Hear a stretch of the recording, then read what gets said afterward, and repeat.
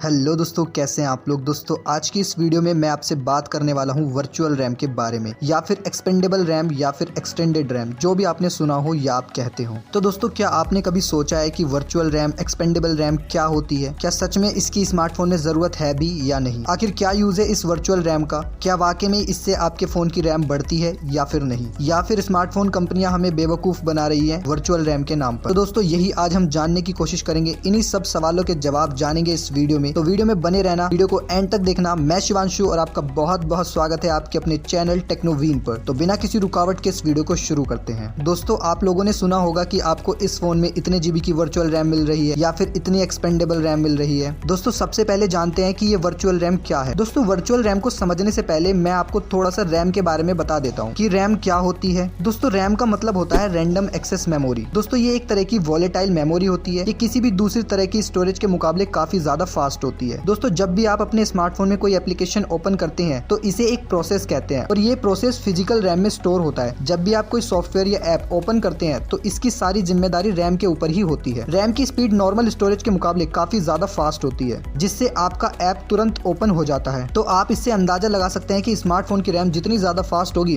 Multitasking उतनी ही तेजी से काम करेगी। दोस्तों वर्चुअल रैम एक तरह की रैम ही है, पर ये एक ओरिजिनल रैम की मदद के तौर पर काम करती है। इसकी फंक्शनलिटी असली रैम की तरह नहीं होती। वर्चुअल रैम काफी ज्यादा स्लो होती है फिजिकल रैम के कंपैरिजन में। आपकी जो इंटरनल स्टोरेज है उसी का कुछ हिस्सा इस्तेमाल किया जाता है वर्चुअल रैम के तौर पर। दोस्तों इसको थोड़ा सा और आसान भाषा में समझने की कोशिश करते हैं कि वर्चुअल रैम काम कैसे करती है। दोस्तों आपके स्मार्टफोन के अंदर स्टोरेज के लिए दो चीजें होती हैं। पहली होती है रैम, जिसके अंदर आप अपने सॉफ्टवेयर या फिर एप्स को रन करते हैं और स्मार्टफोन में अपने सभी टास्क कंप्लीट करते हैं। और दूसरी होती है रोम, जिसे हम नॉर्मल इंटरनल स्टोरेज कहते हैं, जो कि आपके फोन में होती है, जैसे 64 GB, 128 GB या 256 GB। इसमें आप अपने एप्स और अपने डाटा को स्टोर करते हैं। दोस्तों मान लीजिए आपके फोन में 6 GB की रैम है और 128 GB इंटरनल स्टोरेज है। आपके फोन में 2 GB की वर्चुअल रैम का ऑप्शन भी दिया गया है। तो अब जरा समझिए, कंपनियां आपको कोई भी वर्चुअल रैम के तौर पर 2 GB की रैम अलग से मोबाइल में लगा करके नहीं देती, बल्कि आपके स्मार्टफोन में जो इंटरनल स्टोरेज होती है, जो कि हमने मानी है 128 GB, उसमें से 2 GB स्टोरेज को as a virtual RAM use किया जाता है। जिसके बाद आपकी जो इंटरनल स्टोरेज है, अगर उसमें से वर्चुअल रैम के 2 GB कम कर दे तो 126 GB रह जाती है। मतलब आपके स्मार्टफोन की इंटरनल स्टोरेज की कुछ GB स्टोरेज को रैम का काम सौंप दिया जाता है। जब आप अपना स्मार्टफोन यूज करते हैं और आप बैकग्राउंड में बहुत सारे ऐप ओपन करते हैं, मान लीजिए आपके स्मार्टफोन की रैम बैकग्राउंड में एक बार में 10 ऐप ओपन कर सकती है। तो जैसे ही आप 11वां ऐप ओपन करने जाएंगे तो बाकी के उन 10 ऐप में से कोई एक ऐप क्लोज हो जाएगा, क्योंकि आपकी फिजिकल रैम फुल है। वहीं अगर आपके पास वर्चुअल रैम का फीचर है तो उसमें जब आप बैकग्राउंड में 10 ऐप ओपन करते हैं और फिर जब आप 11वां ऐप ओपन करते हैं तो उन 10 ऐप में से कोई भी एक ऐप आपकी इंटरनल स्टोरेज में से वर्चुअल रैम के लिए जो स्टोरेज ली गई है उसमें जाकर के ऐप रन होने लगता है, और फिर आपने जो 11वां ऐप ओपन करा था वो आपकी फिजिकल रैम में रन होने लगता है। पर जो ऐप वर्चुअल रैम में रन करता है उसकी स्पीड बहुत कम होगी, क्योंकि इंटरनल स्टोरेज की स्पीड फिजिकल रैम से बहुत कम होती है। लेकिन दोस्तों मान लीजिए अगर आपकी इंटरनल स्टोरेज ही फुल हो गई तो फिर आपकी वर्चुअल रैम किसी काम के नहीं आएगी, क्योंकि जब आपके फोन की इंटरनल स्टोरेज ही फुल हो जाएगी तो वर्चुअल रैम एप्स को रन करने के लिए स्टोरेज कहां से लेगी, जिससे कोई भी वर्चुअल रैम काम नहीं करेगी। तो दोस्तों क्या सच में आपको एक वर्चुअल रैम की जरूरत है या फिर नहीं? चलिए इस पे भी बात कर लेते हैं। देखिए दोस्तों, इसको थोड़ा सा ऐसे समझते हैं, जो आपकी फिजिकल रैम होती है उसकी स्पीड जो होती है वो 4 Gbps से भी ज्यादा होती है, और आपकी जो इंटरनल स्टोरेज होती है यानी कि UFS, उसकी जो रीड और राइट की स्पीड होती है वो 2 से 2.5 Gbps तक की होती है। मतलब इंटरनल स्टोरेज की स्पीड रैम से काफी ज्यादा कम होती है। तो जब आपका फोन इंटरनल स्टोरेज को as a virtual RAM use किया जाता है तो आप खुद देख सकते हैं कि उसकी स्पीड ओरिजिनल रैम के मुकाबले कितनी ज्यादा कम होगी। तो मुझे नहीं लगता कि आपके स्मार्टफोन के लिए वर्चुअल रैम की इतनी ज्यादा जरूरत होगी, क्योंकि कुछ खास फर्क नहीं डालती है ये स्मार्टफोन पर। वर्चुअल रैम सिर्फ नंबर्स में अच्छी लगती है कि 15 GB 16 GB रैम आपकी मिल गई, बाकी इसका कुछ ज्यादा काम नहीं है। दोस्तों जब भी कोई नॉर्मल कंज्यूमर स्मार्टफोन खरीदता है और वह किसी भी स्मार्टफोन को देखता है कि इस फोन में मुझे 4 GB की रैम मिल रही है और 2 GB की वर्चुअल रैम मिल रही है, तो ऐसे मिलाकर के 6 GB की रैम हो गई, तो ऐसे में स्मार्टफोन कंज्यूमर नंबर में उसको देखता है कि मुझे इतने GB की रैम मिल रही है इतने कम पैसों में, और उसके पीछे की रियलिटी कुछ और होती है। एक्चुअल में अगर आप 4 GB रैम का कोई स्मार्टफोन खरीद रहे हैं और उसमें आपको 2 GB की वर्चुअल रैम का सपोर्ट मिल रहा है, जो कि आपकी टोटल रैम 6 GB हो जाती है, तो कंज्यूमर उसी स्मार्टफोन को जल्दी खरीदता है, क्योंकि वह थोड़ा सा सस्ता मिल जाता है। और वहीं आपको कोई दूसरा स्मार्टफोन मिल रहा है जिसमें आपको 6 GB की रैम मिल रही है और कोई वर्चुअल रैम नहीं मिल रही, तो इन दोनों फोन में काफी ज्यादा डिफरेंस आ जाता है। क्योंकि जहां पर आपको एक्चुअल में 6 GB की रैम मिल रही है वो स्मार्टफोन काफी ज्यादा फास्ट होगा कंपैरिजन टू जिसमें आपको 4 GB रैम प्लस 2 GB की वर्चुअल रैम का सपोर्ट मिल रहा है। तो दोस्तों जब भी आप कोई नया स्मार्टफोन खरीदे तो इन स्मार्टफोन कंपनियों की बातों में मत आइएगा, क्योंकि आप वर्चुअल रैम के पीछे की रियलिटी जान चुके हैं। तो जब भी आप कोई न्यू स्मार्टफोन खरीदे तो आप वर्चुअल रैम पर इतना ज्यादा फोकस मत करिएगा। और इंटरनल स्टोरेज को as a virtual RAM use करने पर आपकी इंटरनल स्टोरेज की हेल्थ पर भी असर पड़ सकता है, क्योंकि उसकी स्पीड बहुत ज्यादा कम होती है और उस पर दोबारा से इतना ज्यादा लोड डाल दिया जाएगा, तो ये इंटरनल स्टोरेज के लिए सही बात। मुझे उम्मीद है कि दोस्तों आप समझ चुके होंगे कि वर्चुअल रैम क्या होती है, और जब भी आप अपना न्यू स्मार्टफोन खरीदे तो वर्चुअल रैम के चक्कर में आकर कोई भी स्मार्टफोन मत खरीदना। और दोस्तों आप ऐसे ही किसी और टॉपिक्स पर कोई एक्सप्लेनेशन वीडियो चाहते हैं तो मुझे कमेंट में जरूर बताइएगा कि आप किस टॉपिक पर ऐसी एक्सप्लेनेशन वीडियो चाहते हैं। दोस्तों वीडियो पसंद आए तो वीडियो को लाइक करिएगा और फ्रेंड्स के साथ शेयर करिएगा, और चैनल पर पहली बार आए तो चैनल को भी सब्सक्राइब कर लीजिएगा और बेल आइकन को दबा दीजिएगा ताकि आपको हमारी लेटेस्ट इन्फॉर्मेटिव वीडियोस के नोटिफिकेशन सबसे पहले मिल पाए। मिलते हैं दोस्तों इसी तरीके की एक और धमाकेदार वीडियो के साथ। Good bye.